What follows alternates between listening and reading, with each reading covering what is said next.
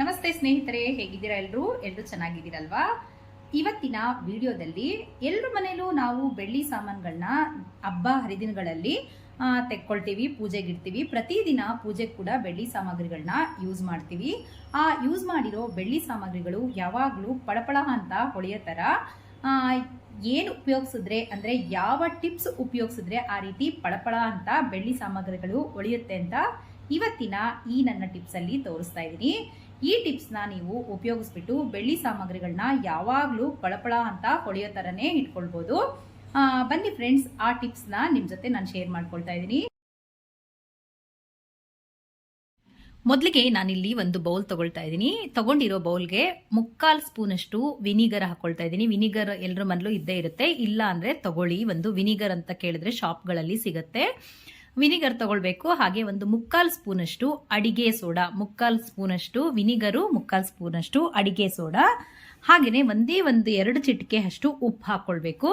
ಇದೆಲ್ಲ ಮಿಕ್ಸ್ ಮಾಡಬೇಕು, ಚೆನ್ನಾಗಿ ಮಿಕ್ಸ್ ಮಾಡ್ಕೊಳ್ಳೋಣ. ಒಂದು ಟೂತ್ ಬ್ರಷ್ ಇದ್ರೆ ಟೂತ್ ಬ್ರಷ್ ತಗೊಳ್ಳಿ. ದೇವ್ರ ಸಾಮಾನಾಗಿರೋದ್ರಿಂದ ಹೊಸ ಟೂತ್ ಬ್ರಷ್ ಇದ್ರೆ ಅದನ್ನೇ ತಗೊಳ್ಳಿ. ನೆಕ್ಸ್ಟ್ ಮುಂದಕ್ಕೂ ಕೂಡ ಇದನ್ನ ಯೂಸ್ ಮಾಡ್ಕೊಳ್ಬಹುದು.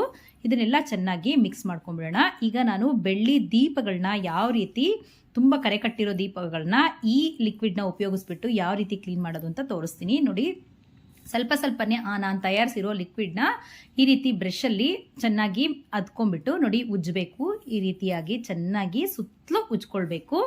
ಡೈರೆಕ್ಟಾಗಿ ನಾನು ತೋರಿಸ್ತಾ ಇದ್ದೀನಿ. ನೋಡಿ ಎಷ್ಟು ನೀಟಾಗುತ್ತೆ, ಎಷ್ಟು ಕಪ್ಪಗಿದೆ ನೋಡಿ ಬೆಳ್ಳಿ ದೀಪಗಳು. ಈಗ ನೋಡಿ ಆ ಲಿಕ್ವಿಡ್ ಹಾಕ್ಬಿಟ್ಟು ಚೆನ್ನಾಗಿ ಉಜ್ಜಿ ಆದಮೇಲೆ ಯಾವ ರೀತಿ ಬಣ್ಣ ಬದಲಾಗುತ್ತೆ ಅಂತ ನೀವು ನೋಡ್ಬೋದು. ನಾವು ಇದನ್ನ ಬೆಳ್ಳಿ ಅಂಗಡಿಗಳಿಗೆ, ಬೆಳ್ಳಿ ಬಂಗಾರದ ಅಂಗಡಿಗೆ ಹೋಗಿ ಕ್ಲೀನ್ ಮಾಡಿಸಿದ್ರೆ ಸುಮ್ಮನೆ ದುಡ್ಡು ವೇಸ್ಟ್ ಆಗುತ್ತೆ. ನೋಡಿ, ಮನೇಲಿರೋ ವಸ್ತುಗಳನ್ನ ಉಪಯೋಗಿಸಿ ನೋಡಿದ್ರ ಎಷ್ಟು ಕಪ್ಪಿತ್ತು, ಈಗ ಎಷ್ಟು ಪಳಪಳ ಅಂತ ಹೊಳಿತಾ ಇದೆ. ಈಗ ಇದನ್ನ ಒಂದು ಬೌಲಲ್ಲಿ ನೀರು ತಗೊಂಡು ಚೆನ್ನಾಗಿ ತೊಳ್ಕೊಂಡ್ಬಿಡೋಣ. ನೋಡಿ, ಈಗ ಚೆನ್ನಾಗಿ ತೊಳೆದಾಯ್ತು. ಈ ತೊಳೆದಿರೋ ಬೆಳ್ಳಿ ಪಾತ್ರೆಗಳು ತುಂಬಾ ತಿಂಗಳುಗಳ ಕಾಲ ಪಳಪಳ ಅಂತ ಹೊಳಿಬೇಕು ಅಂತಂದ್ರೆ ಅದಕ್ಕೂ ಕೂಡ ಈಗ ಇನ್ನೊಂದು ಟಿಪ್ಸ್ನ ನಿಮ್ಮ ಜೊತೆ ಶೇರ್ ಮಾಡ್ಕೊಳ್ತೀನಿ. ನೋಡಿ, ಎಷ್ಟು ನೀಟ್ ಆಯ್ತಲ್ವಾ? ಮುಂಚೆ ನೀವು ನೋಡಿರ್ಬೋದು ಯಾವ ತರ ಇತ್ತು ಅಂತ. ಈಗ ನೋಡಿ ಎಷ್ಟು ಚೆನ್ನಾಗಿ ಕಾಣಿಸ್ತಾ ಇದೆ. ಈಗ ಒಂದು ಕಾಟನ್ ಬಟ್ಟೆ ತಗೊಂಡ್ಬಿಟ್ಟು ಕಾಟನ್ ಬಟ್ಟೆಯಲ್ಲಿ ಚೆನ್ನಾಗಿ ಒರೆಸ್ಕೊಂಡ್ಬಿಡೋಣ.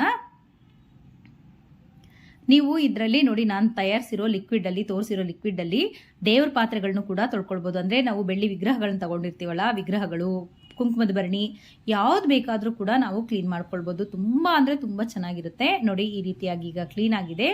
ಈ ಕ್ಲೀನ್ ಆಗಿರೋ ಬೆಳ್ಳಿ ಪಾತ್ರೆ ಇನ್ನೂ ತುಂಬಾ ತಿಂಗಳುಗಳ ಕಾಲ ಪಳಪಳ ಅಂತ ಹಾಗೆ ಹೊಳಿತಾ ಇರಬೇಕು ಅಂತಂದ್ರೆ ನೋಡಿ, ಇಲ್ಲಿ ವಿಭೂತಿ ಗಟ್ಟಿ ಎಲ್ರಿಗೂ ಗೊತ್ತೇ ಇರುತ್ತೆ. ವಿಭೂತಿ ಪೌಡರ್ ನಾನು ತಗೊಳ್ತಾ ಇದ್ದೀನಿ. ವಿಭೂತಿ ಗಟ್ಟಿಲಿ ತಗೊಂಡು ಪೌಡರ್ ಬೇಕಾದ್ರೂ ಮಾಡ್ಕೊಳ್ಬಹುದು. ಇದು ಗಂದಿಗೆ ಅಂಗಡಿಗಳಲ್ಲಿ ಸಿಗುತ್ತೆ. ಈ ವಿಭೂತಿ ಪೌಡರ್ನ ತಗೊಂಡ್ಬಿಟ್ಟು ನೋಡಿ, ನಾವು ತೊಳೆದಿಟ್ಟಿದ್ವಲ್ಲ ಬೆಳ್ಳಿ ಪಾತ್ರೆಗಳನ್ನ, ಅದು ಚೆನ್ನಾಗಿ ಡ್ರೈ ಆಗೋ ಥರ ಚೆನ್ನಾಗಿ ತೊಳೆದು ನಂತರ ನಾವು ತಗೊಂಡಿರೋ ವಿಭೂತಿ ಪುಡಿಯಿಂದ ನೋಡಿ ಚೆನ್ನಾಗಿ ಈ ರೀತಿಯಾಗಿ ಮಿಕ್ಸ್ ಮಾಡಿದ್ವಿ ಅಂತಂದ್ರೆ ತಿಂಗಳಾನ್ಗಟ್ಲೆ ಕೂಡ ತುಂಬಾ ಅಂದ್ರೆ ತುಂಬಾ ಚೆನ್ನಾಗಿ ಪಳಪಳ ಅಂತಾನೆ ಹೊಳಿತಾ ಇರುತ್ತೆ. ನೀವು ಮತ್ತೆ ತೊಳೆಯೋ ಅವಶ್ಯಕತೆ ಇರಲ್ಲ, ಅಷ್ಟು ಚೆನ್ನಾಗಿ ಪಳಪಳ ಅಂತ ಹೊಳಿತಾ ಇರುತ್ತೆ. ಈ ಟಿಪ್ಸ್ನ ನೀವು ಖಂಡಿತವಾಗ್ಲೂ ಉಪಯೋಗಿಸಿ. ನೋಡ್ತಾ ಇರ್ಬೋದು ನೀವು ಎಷ್ಟು ಚೆನ್ನಾಗಿ ಪಳಪಳ ಅಂತ ಹೊಳಿತಾ ಇರುತ್ತೆ. ನಾವು ತೊಳೆದಾದ್ಮೇಲೆ ಒಂಥರ ಕಾಣಿಸ್ತು. ಇದನ್ನ ನೋಡಿ, ನಾನು ಇದೆಲ್ಲ ಅಂದ್ರೆ ವಿಭೂತಿ ಪುಡಿನ ಹಚ್ಬಿಟ್ಟು ನಂತರ ನಿಮ್ಗೆ ತೋರಿಸ್ತೀನಿ. ಆಮೇಲೆ ನೋಡಿ ರಿಸಲ್ಟು ಎಷ್ಟು ಚೆನ್ನಾಗಿರುತ್ತೆ, ಇನ್ನೂ ಪಳಪಳ ಅಂತ ಹೊಳಿತಾ ಇರುತ್ತೆ. ನಾನು ಯಾವಾಗ್ಲೂ ಈ ಟಿಪ್ಸ್ನ ಯೂಸ್ ಮಾಡ್ತೀನಿ, ಹಾಗಾಗಿ ನಿಮ್ಮ ಜೊತೆ ನಾನು ಶೇರ್ ಮಾಡ್ಕೊಳ್ತಾ ಇದ್ದೀನಿ, ನಿಮಗೂ ಕೂಡ ಅನುಕೂಲ ಆಗಲಿ ಅಂತ ಹೇಳ್ಬಿಟ್ಟು. ಈ ಟಿಪ್ಸ್ನ ನೀವು ಕೂಡ ಯೂಸ್ ಮಾಡಿಬಿಟ್ಟು ಈ ಟಿಪ್ಸ್ ನಿಮಗೆ ವರ್ಕೌಟ್ ಆಯ್ತಂದ್ರೆ, ಚೆನ್ನಾಗಿ ಬಂತು ಅಂತಂದ್ರೆ ನಿಮ್ಮ ಫ್ರೆಂಡ್ಸ್ಗೆ, ರಿಲೇಟಿವ್ಸ್ಗೂ ಕೂಡ ನೀವು ಶೇರ್ ಮಾಡಿ. ನೋಡ್ತಾ ಇರ್ಬೋದು ಯಾವ ರೀತಿ ಪಳಪಳ ಅಂತ ಹೊಳಿತಾ ಇದೆ ನಮ್ಮ ಬೆಳ್ಳಿ ದೀಪಗಳು.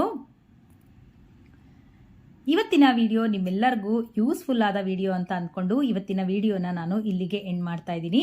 ಇದುವರೆಗೂ ಯಾರೆಲ್ಲ ನನ್ನ ಚಾನಲ್ನ ಸಬ್ಸ್ಕ್ರೈಬ್ ಮಾಡದೆ ನೋಡ್ತಾ ಇದ್ದೀರೋ, ಪ್ಲೀಸ್ ನನ್ನ ಚಾನಲ್ನ ಸಬ್ಸ್ಕ್ರೈಬ್ ಮಾಡಿ. ವಿಡಿಯೋ ಇಷ್ಟ ಆಯಿತು ಅಂತಂದ್ರೆ ನಿಮ್ಮ ಫ್ರೆಂಡ್ಸ್ಗೆ, ರಿಲೇಟಿವ್ಸ್ಗೂ ಕೂಡ ಶೇರ್ ಮಾಡಿ.